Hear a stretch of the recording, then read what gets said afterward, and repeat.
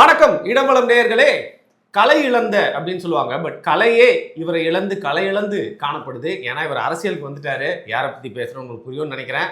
கரெக்டா கண்டுபிடிச்சிட்டீங்க. நம்ம எல்லாருக்கும் அபிமானமான நடிகர் கம் அரசியல் தலைவர் உதயநிதி அவர்கள் பத்தி தான். இவர் தாத்தாவே தமிழ்நாட்டின் ஆதவன். ஆனா இவர் முதல்ல தோன்றின படம் ஆதவன். கலைஞர்னாலே நம்மளுக்கு ஞாபகம் வருது கண்ணாடி. இவர் நடிச்ச படம் பேரு ஒரு கல் ஒரு கண்ணாடி. இது கதிர்வேலனின் காதல். இவர் டிஷர்ட் அணிந்த திராவிட மாடல் அந்த மாடல். அடுத்து நடித்த படம் நண்பேண்டா, திராவிடத்தின் எதிர்காலம் இன்பண்டா. அடுத்து நடித்த படம் கெத்து. விசில வச்சு உங்க மூஞ்சிலே குத்தினாங்களே ஒரு குத்து. சைலண்டா கேட்டிருந்தாரு, டக்குன்னு திருப்பி வராரு. வக்கீலா நடிச்ச படம் பேரு மனிதன். அரசியல் பண்ண வக்கீலாக நீ எல்லாம் ஒரு மனுஷனா?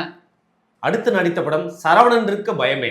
குடும்பம் இருக்கிறது தான் தமிழ்நாட்டுக்கே பயம். அடுத்து நடித்த படம் பொதுவாக என் மனசு தங்கம். உன்னை குளத்தூர்ல செஞ்சிட்டாங்க பங்கம், மான பங்கம். இப்படை வெல்லும். படையும் வெல்லாது உன் பருப்பும் வேகாது. இவர் அடுத்து நடித்த படம் நிமிர். திமுகவே ஒரு உதிர்ந்த மயிர். நீ வைக்காதே கருணாநிதி சமாதியில். கரெக்டா கெஸ் பண்ணா தயிர் போதுமா? மயிருடன் சேர்ந்து தயிர். ரைட்டு, நானே அவருக்கு எடுத்து கொடுத்துட்டேனே. கண்ணே கலைமானே. எக்ஸ்எம்எல்ஏ குளத்தூர் கோமானே. அடுத்து நடித்த படம் சைக்கோ. ஏதாவது சொல்லுங்க. கரெக்டா சொல்லிட்டீங்களே, படமாவே வாழ்ந்திருக்காரு. அடுத்த படம் தாத்தாவோட தலைப்பு நெஞ்சுக்கு நீதி. அது நெஞ்சுக்கு பீதி. அடுத்து நடித்த படம் கழக தலைவன். கல்லறையில் தலைவன். கல்லறையில் பதித்து வச்சிருக்காங்க தலைவன், அதை சொல்றீங்களா? அவர் உட்காந்துருக்காரு, இவங்க போய் முரசொலி வைக்கிறாங்க. அவர் எழுந்து வந்து படிக்கிறாரு டெய்லி. படிச்சுட்டு அந்த தயிர் வடையும் கொஞ்சம் சாப்பிட்டுட்டு திரும்பி உள்ள போய் படுத்துக்கிறாரு. நான் கூட அந்த கல்லறையில் தலைவன் அதுதான் பகுத்தறிவு. ரயில் எல்லாம் இழுக்கிறீங்கன்னு நினைச்சேன். ஓ, இப்படியும் வேற ஒரு உள்குத்து இருக்கா? சரி. கண்ணை நம்பாதே. கருணாநிதியே நம்பாது. கடைசியா அவர் நம்ம கலை உலகத்தை விட்டு போகும்போது நடிச்ச படம் மாமன்னன். மாமா மன்னன். அவர் அப்பா ஒரு தேரா மன்னன். இவ்வளோ நடித்தன்னு சொல்லிட்டே இருக்கேன். தேரா மன்னா செப்புவது உடையேன் அப்படின்னு சிலப்பதிகாரத்தில் வரும் பாருங்க. கண்ணகி வந்து பாண்டிய மன்னனிடம் கேட்குற மாதிரி இவர்கிட்ட மாமன்னா உன் அப்பா ஒரு தேரா மன்னன் அப்படின்னு கேட்க வேண்டியதுதான். ஆனால் என்ன இவ்வளோ பெரிய ஒரு லிஸ்ட் ஒன்று கொடுத்தீங்களே, நடித்த படம் பேர்லாம் அதுதாங்க. அவர் அதான் நடித்தேன்றீங்களே, இதெல்லாம் அவர் இந்த படத்துலலாம் அவர் தோன்றி இருக்கிறார், அவர் வந்திருக்கிறார், இருந்திருக்கிறார், அவர் நடித்திருக்கிறார்னு நீங்க சொல்றதா என்னால அதை புரிஞ்சிக்க முடியல. இல்லைங்க, இப்போ என்ன ஆச்சு அப்படின்னு பார்த்தீங்கன்னா, விவசாயிகளுக்கு குரல் கொடுக்கறதுக்கு யாருமே இல்லை. தமிழக மக்கள் வஞ்சிக்கப்படுறார்கள், விவசாயிகள் வஞ்சிக்கப்படுறார்கள். ஏதோ அதிகமாக மழை பெஞ்சதுனால கர்நாடகாவிலேருந்து பார்த்தீங்கன்னா வேறு வழி இல்லாமல் தண்ணியை திறந்து விட்டாங்க. இந்த நேரத்தில் ஒரே ஒரு மனுஷன் தான் தமிழ்நாட்டோட விவசாயிகளுக்காக வெள்ளை டிஷர்ட்டை போட்டு மேலே பச்சை துண்டை போட்டு தஞ்சாவூர் வரைக்கும் நடந்தே போயிருக்காரு. போய் அங்கே வந்து ஒரு பெரிய போராட்டம் நடந்திருக்கு. பேசிட்டே இருக்கும்போது குறுக்க யாராவது பேசினா அவங்க பேசுகிற வார்த்தை நம்மளோட மனசில் ஒட்டிக்கும். அப்படி இவர் பேசிட்டே இருக்கும்போது கீழே இருக்கவங்க ஏதோ ஒரு விஷயம் சொல்லும் போது பார்த்தீங்கன்னா, ஏதோ ஒரு விஷயம் இல்லைங்க, இவர் பேசுகிறாரு. இவர் பேசும்பொழுது ஒரு நடிகையுடைய பெயரை அவங்க குறிப்பிடுறாங்க. குறிப்பிட்டு அவரை பற்றி தான் அவங்க முதலமைச்சர் கவலைப்படுறாரு அப்படின்ற மாதிரி சொல்கிறாங்க. நீங்கள் சொல்கிற மாதிரி வச்சுப்பாங்க. ஒரே விஷயம், அந்த வீடியோவை போட்டு காட்டிடலாம் பாருங்க. ஆனால் இன்னைக்கு ஒரு சொட்டு தண்ணீர் கூட வரல. ஆனா இதை பத்தி இருக்கக்கூடிய முதலமைச்சர் வாயை திறந்து பேசுறாரா? பேச மாட்டேங்கிறார். அவருக்கு இருக்கக்கூடிய ஒரே கவலை என்ன? திமுக மேல என்ன பொய் வழக்கு போடலாம், என்ன பொய் கேஸ் போடலாம்.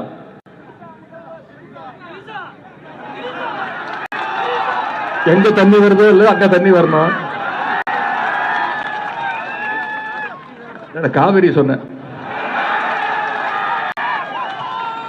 இங்க தண்ணி புரியலங்க. அதான் தண்ணி வந்துருச்சுங்க. அதாவது அங்க தண்ணி வரதை பத்தி இல்லை, இங்க தண்ணி வரதை பத்தி தான் கவலை அப்படின்னு. ஆமாங்க, ஆடி பெருக்கு திறந்து விட்டு தண்ணி பத்தல போல இருக்கு. அப்போ நீங்க அதுக்கப்புறம் அவங்க ஒரு வார்த்தை ஆட் பண்ணு. அதாவது நான் காவேரியை சொன்னேன் அப்படின்னு. அதாவது என்னன்னா, இவங்க அப்பா பேசினார்ல, இப்படிதான் இவங்க அப்பா பேசினார். யாரு? ஜெயலலிதா அவர்களை பற்றி இவங்க அப்பா பேசினார். எப்படி பேசினாருன்னா, அவங்க வந்து முதலமைச்சர் வருகிறார், அவர் ஒரு மேடையில் தனியே நிற்கிறார், கீழே அமைச்சர்கள் எல்லாம் நின்று கொண்டிருக்கிறார்கள், கீழே ரெண்டு இடத்துல புரிஞ்சிக்காதீங்க அப்படின்னு நீங்க சொல்ற வரைக்கும் நான் அப்படி புரிஞ்சிக்கவே இல்லைங்க. அதுதான் அந்த ஆட் பண்றது எதுக்குன்னா, அதை நீ புரிஞ்சிக்கோ அப்படின்ட்டு. இது கருணாநிதி காலத்திலேருந்து இருக்கக்கூடிய வழக்கம். சரியா? 2021 கருணாநிதி கைது செய்யப்பட்ட பொழுது பார்த்தீங்கன்னா இது மாதிரி கைது செய்து விட்டார்கள் அப்படின்றதுக்காக இவங்கெல்லாம் வராங்க, தொண்டர்கள்லாம் வரணும்னு சொல்லிட்டாங்க. இவர் வெயிலில் வரல. இவர் முதலமைச்சர் அவருடைய கருணையின் காரணமாக அவர் வெளியே விடுதலை செய்யப்பட்டார். அப்படி விடுதலை செய்யப்பட்ட கருணாநிதி என்ன பண்ணுறாருன்னா கூட்டம் கூட்டுறார். இதில் பீச்சில் கூட்டம். இதுக்கு எழுதுகிறார் முரசொலியில், உடன்பருப்பே உளுத்தம்பருப்பே அப்படின்னு எழுதி என்ன சொல்கிறாருன்னா,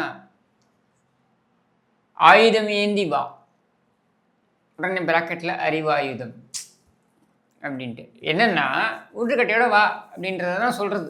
சரியா? அதே மாதிரி அவர் சொன்ன மாதிரியே இந்த கும்பல் பல்லாவரத்துலேருந்து ஆரம்பிக்குது. அந்த கூட்டம் இந்த பேரணி மாதிரி பல்லாவரத்துலேருந்து நடந்து வராங்க. பல்லாவரத்துலேருந்து பீச் வரைக்கும் நடந்து வராங்க. வர வழி எல்லாம் லேடி போலீஸ் ஆஃபீஸர்ஸ் கண்ணாபின்னு பேசுகிறது, அசிங்கமாக பேசுகிறது. சரியா? அதோடைய கிளைமேக்ஸாக என்ன ஆயிடுச்சு, பீச்சுக்கிட்டே வரும்பொழுது உள்ளுக்குள்ளே தகராறு ஏற்பட்டு தகராறு அது வந்து அடிதடியாக மாறி அந்த உருட்டுக்கட்டையெல்லாம் வந்து ஒருத்தரை அடிச்சுக்கிட்டு இதில் பார்த்தீங்கன்னாக்கா உயிருக்கு போராடி கொண்டிருந்த தொண்டர்களை கொண்டு போய் மேடையில் நிறுத்தி, எவனாவது உயிருக்கு போராடி கொண்டிருக்கணும்னா மேடையில் கொண்டு போய் நிறுத்துவாங்களா? இல்லை, உயிருக்கு போராடி எப்படி நம்புவீங்க? அப்போ ரத்தம் சுட்ட இருக்கு, அவனை கொண்டு போய் ஹாஸ்பிட்டலுக்கு கூட்டு போவீங்களா?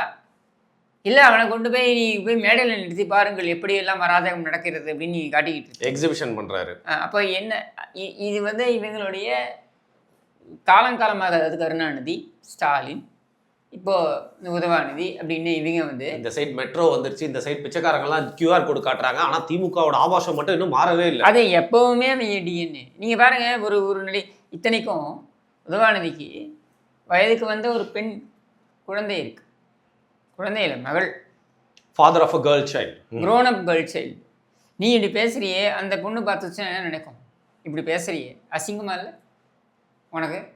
இத்தனைக்கு நீ எதிர்கட்சி தலைவர், வெக்கமாக இருக்க வேண்டாம் நீ இப்படிலாம் பேசுறது. இவர்களுடைய வரலாறே இப்படித்தான். நீங்கள் சட்டமன்றத்தில் வந்து செல்வி ஜெயலலிதா வந்து என்ன பண்ணுறாங்க, எதிர்கட்சி தலைவர் அவங்க எழுந்து சொல்கிறாங்க, நீங்கள் படிக்கக்கூடாது, பட்ஜெட் நகலை எடுத்திருக்காங்க, பட்ஜெட்டை நீங்கள் படிக்கக்கூடாது அப்படின்னு கருணாநிதி பார்த்து சொல்கிறாங்க. ஏன் நான் படிக்கக்கூடாது அப்படின்றார். இல்லை, நீங்கள் வந்து திருட்டு வேலையை செய்திருக்கிறீர்கள், நீங்கள் ஊழல் செய்திருக்கிறீர்கள், நீங்கள் படிக்கக்கூடாது அப்படின்னு சொன்னால் நான் ஊழல் செய்யவில்லைன்னு சொல்லு. இல்லை, உங்கள் தலைவரை போல் நான் ஊழல் செய்யவில்லைன்னு கூட நீ சொல்லு. அதெல்லாம் சொல்கிறதுக்கு உனக்கு எல்லா உரிமையும் இருக்குது. மைக்கை மூடிட்டு அப்போ என்ன சோகம்பாக்கு வந்து படிக்கணுமா இங்கே அப்படின்றது என்ன மாதிரியான ஒரு பேச்சு? அப்போது அந்த நிலை தடுமாறி போனோம். எதிராளி என்ன பேசுவதுன்னு தெரியாமல் நிலை தடுமாறி போகணும். நீங்கள் காமராஜர் காலத்துலேருந்து இருக்கு, அவர் வாழ்ந்த ரோடில் இருக்கக்கூடிய வசித்த ஒரு நடிகையுடன் ஒப்பிட்டு பேசினார்கள் காமராஜர். சரியா? இது வரைக்கும் அவர் வந்து காமராஜர் வந்து இவங்களை பற்றி என்னெல்லாம் பேசினாருன்றது நம்ம எல்லாருக்குமே தெரியும். விமர்சனங்கள் என்னெல்லாம் வச்சார், அரசியல் ரீதியான விமர்சனங்கள் தான். ஆனால் இவங்க எப்படி தனிப்பட்ட விமர்சனங்களில் இறங்கினாங்கன்றது நமக்கு பார்க்குறோம். அந்த வரலாறு அன்னிலேருந்து இன்னி வரைக்கும் மாறி இருக்கா பார்த்தீங்களா?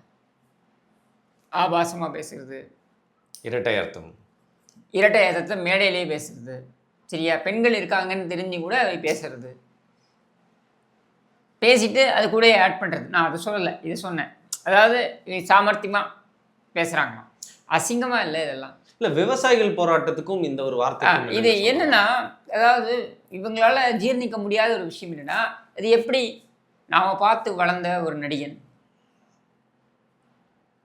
நமக்கு தானே பாத்தியப்பட்டிருக்கு தமிழகம்ன்றதை காப்பிரைட் போட்டு கருணாநிதி குடும்பத்துக்கு கொடுத்துட்டோம் இல்லையா?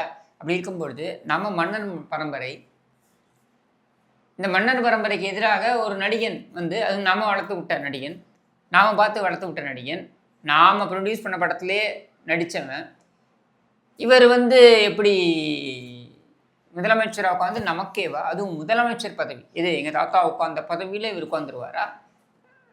அது எப்படி உட்காரலாம்? ஜீர்ணிக்க முடியாத ஒரு எண்ண ஓட்டம் தான், வேற ஒன்றுமே கிடையாது. இதை அப்படியே நீங்கள் எடுத்து பாருங்கள், பொருத்தி பாருங்கள். அதிமுகவுடைய தலைவர் இருக்கார், யார், பொதுச்செயலாளர் எடப்பாடி பழனிசாமி. இவர் பேசியிருப்பாரா? பேச மாட்டார். ஏன்னா அவரே வந்து கிளைச்செயலாளராக இருந்து மேலே வந்தவர். விஜய்க்கு எதிராக கருத்துக்களை வைப்பார், விமர்சனங்களை வைப்பார். ஆனால் இந்த விமர்சனங்கள் என்றைக்குமே பார்த்திங்கன்னா இந்த மாதிரி தரம் தாழ்ந்து இருக்கார், அதை அவர் செய்ய மாட்டார். இவங்க அப்படி கிடையாது. இவங்க என்ன நினைக்கிறாங்கன்னா, தமிழகம் இவர்களுடைய சொத்து, இவர்கள் குடும்பத்திற்கு எழுதி வைக்கப்பட்டிருக்கின்ற சொத்து. அதனால என்ன வேண்டுமானாலும் பேசலாம், எதை வேண்டுமானாலும் பேசலாம், எப்படி வேண்டுமானாலும் பேசலாம், யாரும் கேள்வி கேட்க முடியாது. இதுதான் இவங்களுடைய எண்ண ஓட்டத்துடைய பிரதிபலிப்பு. இல்ல பெரும்பான்மையை யாரும் இதை வந்து ரசிக்க போறது இல்லை, எல்லாருமே முகம் சொல்லிக்கிறாங்க அப்படின்னு தெரியும். அதை இவங்களுக்கு. பத்தி ஏன் அதை கவலை பண்றாங்க? இல்லையே. அவங்களுடைய கட்சி தொண்டர்கள் தான் அவன் தானே கத்துறான். அந்த நடிகையுடைய பேரை அவன் தானே கத்துறான். கத்துறதுக்கு இவர் பதில் சொல்றாருல்ல, அதான் அவங்கள உற்சாகப்படுத்துறாராம். இப்படித்தான் திமுக காலம் காலமாக அவர்கள் தொண்டர்களை உற்சாகப்படுத்தி வந்திருக்கிறது. தொண்டர்களுக்கு இந்த மாதிரி அசிங்கமா பேசுறது, கேவலமா பேசுறது, நான் இப்போ ஏன்னா இன்னைக்கு இருக்க வரலாறு இருக்கு இல்லையா, இப்போ பல பேருக்கு தெரியாதுனால திரும்ப திரும்ப பதிவு பண்ணுறேன். இதெல்லாம் வந்து எம்ஜிஆர் காலத்துலேயும் இதே மாதிரி தான் பண்ணாங்க. மிக மோசமாக கேவலமாக அவரை சித்தரித்து, சரியா? இவர் கருணாநிதியை எழுதியிருக்கார், ஊமையன் நாட்டை ஆளலாமா. அவரோட குரல் வளம் சரி, அவருக்கு வந்து இந்த குண்டடி பட்டத்திலிருந்தே அவருக்கு இந்த பேச்சு அப்படின்றது கொஞ்சம் பிரச்சனை இருந்தது தான். ஆனால் அவர் பேசியதெல்லாம், அந்த பேச்செல்லாம் நீங்கள் எடுத்து பார்த்தீங்கன்னா அவ்வளவு ஸ்பஷ்டமாக அவர் பேசியிருப்பார். It's little bit of inability. அது வந்து அவருடைய தவறு கிடையாது, அவருடைய பிழை கிடையாது, சரியா? அப்படி இருக்கும்பொழுது அவர் வந்து அந்த மாதிரி அவரை சொன்னாங்க, ஊமையன் நாட்டை ஆளலாமா அப்படின்லாம் பேசினாங்க. இவரே எழுதினார். இந்த மாதிரி பேசாரேன்னு கொதித்து போய் அவருடைய தொண்டர்கள் ஆரம்பியிலிருந்து எல்லாரும் போய் முறையிட்ட பொழுது, நான் பார்த்துக்கிறேன் நீங்கள் போங்கன்னு தான் சொன்னார், வேற ஒன்றுமே சொல்லலை. நான் பார்த்துக்கிறேன் நீங்கள் போங்க அப்படின்ட்டு. இத்தனைக்கும் நிறைய மேடைகளில் அவர் பேசி முடிச்சதுக்கப்புறம் பார்த்தீங்கன்னா கர்ச்சீஃப் வச்சுருப்பார். இந்த கர்ச்சீஃப் இது பண்ணி வச்சுருப்பார், ஃபுல்லாக ரத்தம் இருக்கும். ஏன்னா அவர் பேசும்பொழுது அந்த இது ரியாக்ட் ஆகும், டேமேஜ் ஆகும். அதெல்லாம் தாண்டி தான் அவர் பேசினார். ஆனால் அவரை வந்து ஊமையின் நாட்டை ஆளலாமா அப்படின்னு கேட்டாங்க. அப்படின்னும் பொழுது அவர் கூட்டத்தை கூட்டுகிறார். எங்கள் மதுரையில் ரசிகர்கள் மன்ற கூட்டத்தை கூட்டுறார். அந்த கூட்டத்தில் வந்து அவர் வந்து சில வார்த்தைகள் தான் பேசுகிறார். அவர் என்ன சொல்கிறார், என்னுடைய தொண்டர்கள் எல்லோரும் ரத்தத்தின் ரத்தமான உடன்பிறப்புகளே அப்படின்னு அவர் சொல்லும் பொழுதே அது ஒரு ஆர்ப்பரிப்பு தான். புரட்சித் தலைவர் எம்ஜிஆர் வந்து ரத்தத்தின் ரத்தமான உடன்பிறப்புகளேன்னு சொன்னாலே ஒரு ஆர்ப்பரிப்பு தானே. அப்படி சொல்லும் பொழுது அவர் அடுத்த வார்த்தை, அந்த ஆர்ப்பரிப்பு உடனே அடுத்த வார்த்தை அவர் சொல்கிறார், என்னுடைய இந்த ரத்தத்தின் ரத்தங்களுக்கு எல்லாம் நான் சொல்லிக் கொள்வது, நீங்கள் எல்லாரும் கத்தி வைத்துக் கொள்ளுங்கள் அப்படின்றார். வேற ஒன்றுமே சொல்லலை அவர். அவ்வளோதான் இந்த கூட்டத்தில் அவர் பேசுகிறார். எல்லாருக்கும் அதிர்ச்சி, என்னது சம்மந்தமே இல்லாமல் பேசுகிறாரு, சம்மந்தமே இல்லாமல் கத்தி வைத்துக் கொள்ளுங்கள்ன்றாரு. திடீர்னு ஒரு கூட்டத்தை கூட்டினாரு, கூட்டத்தில் வந்து எல்லாரும் கத்தி வைத்துக் கொள்ளுங்கள்னு சொல்கிறாரு அப்படின்ட்டு. இது மாதிரி இது வன்முறையை தூண்டுற பேச்சு தானே, எப்படி கத்தி வைத்துக் கொள்ளுங்க எப்படி சொல்லலாம் நீங்கள் அப்படின்னு அமைச்சர்களுக்கும் ஷாக்கு, மேடையில் இருக்கவங்களுக்கும் ஷாக்கு. அடுத்த நாள் தினத்தந்தியிலேருந்து எல்லாத்துலேயும் போட்டாங்க, தலையங்கமே வருது. இது முதலமைச்சர் இப்படி பொறுப்பின்றி பேசலாமா அது இதுன்னு. அதுக்கப்புறம் பார்த்தீங்கன்னா ஒரு வாரம் கருணாநிதி ரவுண்டு வெட்டி அடிக்கிறாரு தமிழ்நாடு முழுக்க. முதலமைச்சர் இப்படி பேசலாமா, முதலமைச்சர் இப்படி பேசலாமா, எப்படி பொறுப்பின்றி பேசலாமா அப்படின்னு சொல்லிட்டு. அப்போது இதே எம்ஜிஆர் வந்து ஆரம்பிலேருந்து எல்லாரையும் கூப்பிட்டு உட்கார வச்சு சொல்கிறார், காமிக்கிறார். கருணாநிதியுடைய அந்த ஸ்பீச் ஒவ்வொரு இடத்துலையும் பேசினதை காமிக்கிறார். பெருசாலாம் பேசலை அவர், காமிக்கிறார். வேறு பேசியிருக்கார், முதலமைச்சரடி பேசலாமான்ட்டு அப்படின்னு. அப்போ ஒரு மாதத்துக்கு முன்னாடி கருணாநிதி பேசினேன் அந்த ஸ்பீச்சை எடுத்து காமிக்கிறார். ஊமையன் நாட்டை ஆளலாமா அப்படின்ட்டு. என்னை ஊமை என்று சொன்னவரை ஒவ்வொரு மேடையாக, எந்த மேடையிலாம் என்னை ஊமையன் என்று சொன்ன ஊரெல்லாம் போய் சொன்னவரை அதே போல் ஊரெல்லாம் போய் இப்படி பேசலாமா இப்படி பேசலாமான்னா நம்ம பேசுகிறேன்னு ஒத்துக்கிறார். ஒத்துக்க வச்சுட்டேன்ல அப்படின்னு சொல்லிட்டு. இவ்வளோதான் இவங்களுக்கான பதில். அதுக்கு மேலே இவங்களுக்கு பதில் சொல்லி பிரயோஜனம் கிடையாது. ஏன்னா இவங்க திருந்த மாட்டாங்க. இவர்கள் காமராஜர் காலத்தில் திருந்தவில்லை, இவர்கள் எம்ஜிஆர் காலத்தில் திருந்தவில்லை, இவர்கள் செல்வி ஜெயலலிதா காலத்தில் திருந்தவில்லை, எடப்பாடி பழனிசாமி அவர்களுடைய காலத்திலும் திருந்தவில்லை, இன்றைக்கும் இவர் திருந்த மாட்டார்கள். நீங்கள் இப்போ இந்த எலெக்ஷன் கேம்பெயினை எடுத்து பாருங்களேன். இந்த உதயநிதியோட கேம்பெயின் நீங்கள் பார்த்தீங்களா, எவ்வளோ மோசமாக பேசி ஒரு ஒரு தலைவரை, ஒரு 70 வயசு இருக்கக்கூடிய ஒரு தலைவரை எவ்வளோ மோசமாக பேசினார். எடப்பாடி பழனிசாமி எவ்வளோ மோசமாக பேசினார்னு நம்ம எல்லாருக்குமே தெரியும். ஒவ்வொரு இடத்துலையும் போயிட்டு எப்படி பேசினாப்பில்ன்ட்டு, சசிகலா அவர்களையும் இவரையும் இணைத்து எப்படி பேசினார்ன்றது நமக்கு தெரியும், சரியா? இது இவர்களுடைய டிஎன்ஏ. இது எந்த காலத்துலேயும் மாறாது. இதை மக்களும் வந்து பார்த்தீங்கன்னாக்க இவர்கள் நன்றாக தெரியும் இவர்களை பற்றி, இவர்கள் எப்படியெல்லாம் பேசுவார்கள்ன்ட்டு. இங்கே ஒன்றும் இல்லைங்க, இவர் ஈவேராவுடைய எழுத்துக்கள் எடுத்து பாருங்களேன். சரஸ்வதி உன்னுடைய நாவில் இருக்கிறாள் என்றால் அவள் எங்கே மலஜலம் கழிப்பாள்? இது கேட்டது வேற. இது எவ்வளோ அசிங்கம், கேவலம். இப்படி நீ மாற்று மதத்தை பற்றி பேச முடியுமா? இப்படித்தான் நீங்கள் வந்து பகுத்தறிவை வந்து பரப்புறீங்களா? அப்போ உங்கள் புத்தி எங்கே போகுது? நாம சரஸ்வதி நாவில் இருக்கிறாள் அப்படின்னு சொல்கிறது எதுக்காக? நல்ல படிப்பு, நல்ல பேச்சு, நல்ல விஷயங்கள், ஞானம், அதெல்லாம் வந்து வெளியில் வருன்றதுக்கு. நீ கேட்குறது என்ன? அவள் எங்கே மலஜலம் கழிப்பாள்? உனக்கே அந்த பிரச்சனை? உனக்கே உன் புத்தி எங்கே போகுது? அப்போ மலஜலம் தான் உன்னுடைய மூளையில் இருக்கிறது. எண்ணம் போல் வாழ்க்கை. அதுதான் தண்ணின்னு சொன்னோன்னே இவருக்கு வந்து ஏதோ ஒரு விஷயம் ஞாபகம் வரும். அப்போ இவர் அதான் சொல்கிறாரு, தண்ணின்னு அங்கே தண்ணி வரும்னு. என்ன அர்த்தம்? வந்து ஒரு பெண்ணை இப்படி தான் நீங்கள் பேசுவீங்களா? இல்லை, வேணுன்ட்டே முதல்வர் சைட்லேருந்து ரியாக்ட் பண்ணுவாங்க, அவங்க கட்சிக்காரங்களாம் ரியாக்ட் பண்ணாங்க, அதை வச்சு ஏதாவது ஒரு அரசியல் பண்ணலாம் அப்படின்ற மாதிரி வேணுன்ட்டே தூண்டுறாங்க. இவங்களை பொறுத்த வரைக்கும் என்னென்னா, இந்த மாதிரி அசிங்கமாக பேசுறதுன்றது ஒரு ஆண்மை, அசிங்கமாக பேசுறதுன்றது ஒரு பெருமை. இவர்கள் நினைக்கிறார்கள் அப்படி. அதோடைய வெளிப்பாடு தான் அது எல்லாமே. இது கேவலம், இது அசிங்கம், இப்படி நம்ம பேசக்கூடாது அப்படின்றத பற்றியெல்லாம் கவலையே அவர்களுக்கு கிடையாது. இதை மாதிரி என்னால் 1000 உதாரணங்கள் சொல்ல முடியும். சரி, இப்போ முதல்வர் சைட்லேருந்து எப்படி ரியாக்ட் பண்ணணும்னு நீங்கள் நினைக்கிறீங்க? இல்லை அரசாங்க சைட்லேருந்து எப்படி ரியாக்ட் பண்ண இருக்குன்னு நினைக்கிறீங்க? இதை ஏன்னா அப்படியே விட்டுட்டா இதே மாதிரி தான் பேசிட்டு இல்லைங்க, இதுக்கு என்ன ரியாக்ட் பண்ண முடியும்? இதுக்கு என்ன ரியாக்ட் பண்ணுவீங்க? ரியாக்ட் பண்ணாம விட்டுறணும். பொதுமக்கள் பார்வையாளர்கள் நீங்கள் தான் புரிஞ்சுக்கணும். இது என்ன ரியாக்ட் பண்ண முடியும்? இதுக்கு என்ன சொல்ல முடியும் சொல்லுங்கள். ஏன் அரசியல் எந்த அளவுக்கு தரம் தாழ்ந்து போயிருக்கு பாருங்க. சட்டமன்றத்தில் அப்பாவை காணோம்னு ஒருத்தர் சொல்கிறாரு, இன்னொருத்தர் மனைவியை காணோம்னு சொல்கிறாரு. இதுதான் சட்டமன்றத்திலேயே ஒரே இடலாம் வந்து நிற்குது. சரியா? எதுக்கு நான் சொல்ல வரேன்னா, இதெல்லாம் வந்து பெருமைன்னு நினச்சிக்கிறாரு. உதவாநிதி வந்து ஒரு எதிர்கட்சி தலைவர், கேபினெட் ரேங்கில் இருக்கார். இப்படியா பேசுவார்? அசிங்கமாக இல்லை உனக்கு?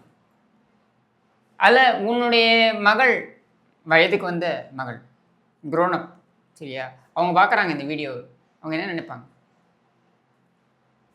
இதான் அவங்க எண்ண ஓட்டமா? இன்னொரு வீட்டில் இருக்க பெண்ணை பற்றி நீ இப்படி பேசலாமா? உன் வீட்டில் பொண்ணு இருக்குல்ல, உன் வீட்டில் இருக்க பொண்ணை பற்றி பேசினா யாரை நீ ஒத்துப்பியா? அப்போ தப்பு இல்லை. ஸோ காவேரியில் வந்த தண்ணியை கூட நியூஸில் பார்த்துட்டோம். தேர்தல் ரிசல்ட் வர அன்னைக்கு ஒரு இடத்துல வந்து தண்ணி வந்திருக்கு. அதை தான் பார்த்தீங்கன்னா தொடச்சிட்டு வெளில வந்து சிரிச்சுக்கிட்டே பேட்டிலாம் கொடுத்தாங்க. அந்த தண்ணியை தான் வந்து கடைசி வரைக்கும் பார்க்க முடியாமல் போயிடுச்சு. அது ஒரு ரகசிய தண்ணியாகவே போயிடுச்சு. அந்த தண்ணி இந்த தண்ணி இல்லை அப்படின்னு சொல்லிட்டு இருக்க வேண்டியதுதான்.